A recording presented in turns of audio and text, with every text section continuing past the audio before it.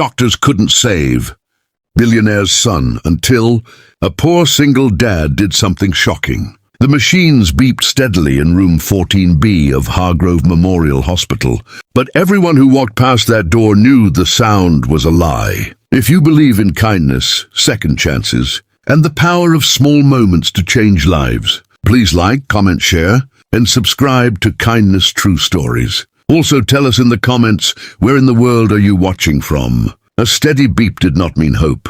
Not anymore. Not for 8-year-old Ethan Hargrove, son of Richard Hargrove, the man whose name was on 3 skyscrapers and whose fortune was estimated at $4 billion. Ethan had been admitted 6 weeks ago with a rare autoimmune condition that attacked his blood cells faster than any treatment could slow it down. The world's best hematologists had been flown in from London, Tokyo, and Geneva. Richard had written blank checks. He had offered to fund entire research wings. He had begged, threatened, and prayed in equal measure. None of it mattered. The doctors gathered outside room 14B on a Tuesday morning and delivered the verdict quietly but clearly. They had done everything medicine allowed. The boy had perhaps 72 hours. Richard Hargrove, a man who had never lost a negotiation in his life, walked to the window at the end of the hallway and stood there without speaking for a very long time.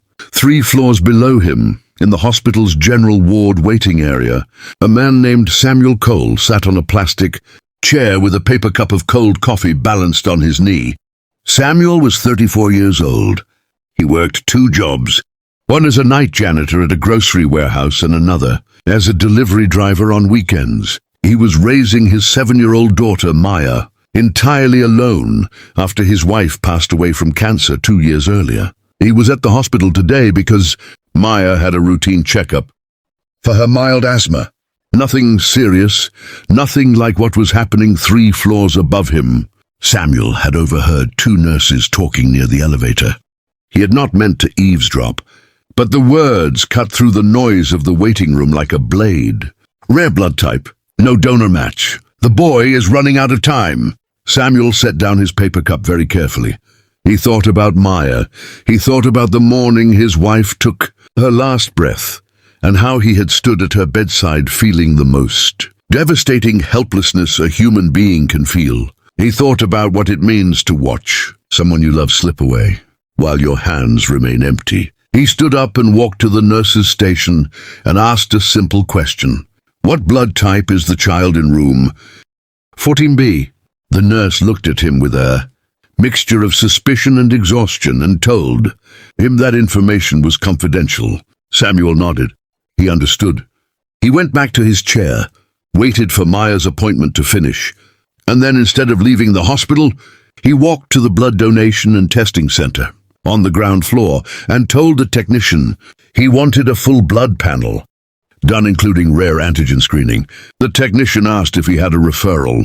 Samuel said no. He asked if he could pay out of pocket. The technician quoted him a price that was more than half his weekly earnings.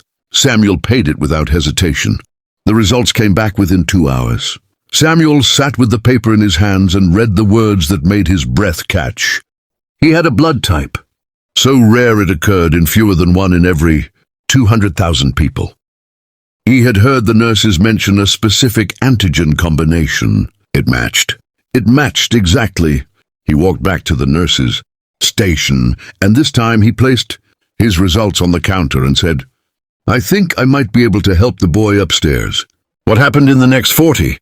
Minutes moved through the hospital like a current of electricity. A resident grabbed the results and ran. A senior doctor made 3 phone calls. Richard Hargrove was pulled away from the window at the end of the hallway and brought to a small consultation room where a physician with shaking hands explained that a man downstairs, a stranger, a janitor, appeared to be a compatible donor candidate for the specialized plasma treatment Ethan needed. Richard asked who the man was. The doctor said he didn't know much, only that he had a daughter with asthma, and that he had heard 2 nurses talking and had gone and tested himself on his own. Richard sat down heavily in the chair and covered his face with his hands.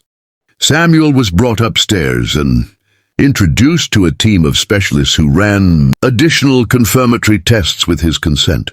Every test confirmed it. Samuel was the match they had been unable to find in 6 weeks of international searching. The donation process was explained to him in full. It carried minor risks. It would take time out of his week. It would require follow-up visits. Samuel listened to everything carefully and then said yes before the doctor had even finished the sentence. The treatment began the following morning. It was not instantaneous. Medicine rarely offers the drama of a single magical moment. But over the next 4 days, Ethan Hargrove's numbers began to change. Slowly, cautiously, then with increasing confidence his body responded. The autoimmune attack slowed. His blood count stabilized. On the 5th day, Ethan opened his eyes fully and asked his father for a glass of orange juice. And Richard Hargrove, a man who commanded boardrooms and owned buildings, cried so hard he had to leave the room to compose himself. Richard sought Samuel out in the hallway. He found him sitting in the same kind of plastic chair, this time with Maya beside him, coloring in a notebook she had brought from home. Richard introduced himself, though of course Samuel already knew who he was. He told Samuel he wanted to repay him.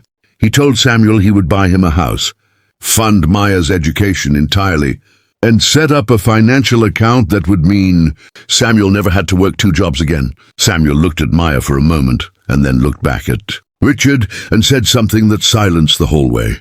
He said, "I don't need a reward for doing what any decent person should do. But if you want to honor it, then use your money to fund research, so that other children with this condition don't have to wait and hope that someone like me happens to walk into the right hospital on the right day." Richard Hargrove funded an entire research initiative within the month. It was named the Ethan and Maya Foundation, because Richard insisted on including the name of the little girl, whose father had walked back into a hospital when he didn't have to and changed the course of everything. Samuel still works his jobs. He says the routine suits him, but he and Ethan's family have remained close in the way that people do when something profound and irreversible has passed between them. Maya and Ethan grew up exchanging birthday messages every year, and in every interview Richard Hargrove ever gave afterward, when asked about the most important lesson his billions had taught him, he would pause and then say quietly that the most important lesson didn't come from his billions at all. If this story moved your heart the way it moved ours, please like, share, and subscribe to our channel Kindness True Stories, where we bring you real tales of compassion, humanity, and the extraordinary things ordinary people do when they choose love over indifference. Your support helps us keep sharing the stories that remind us all what we are truly capable of.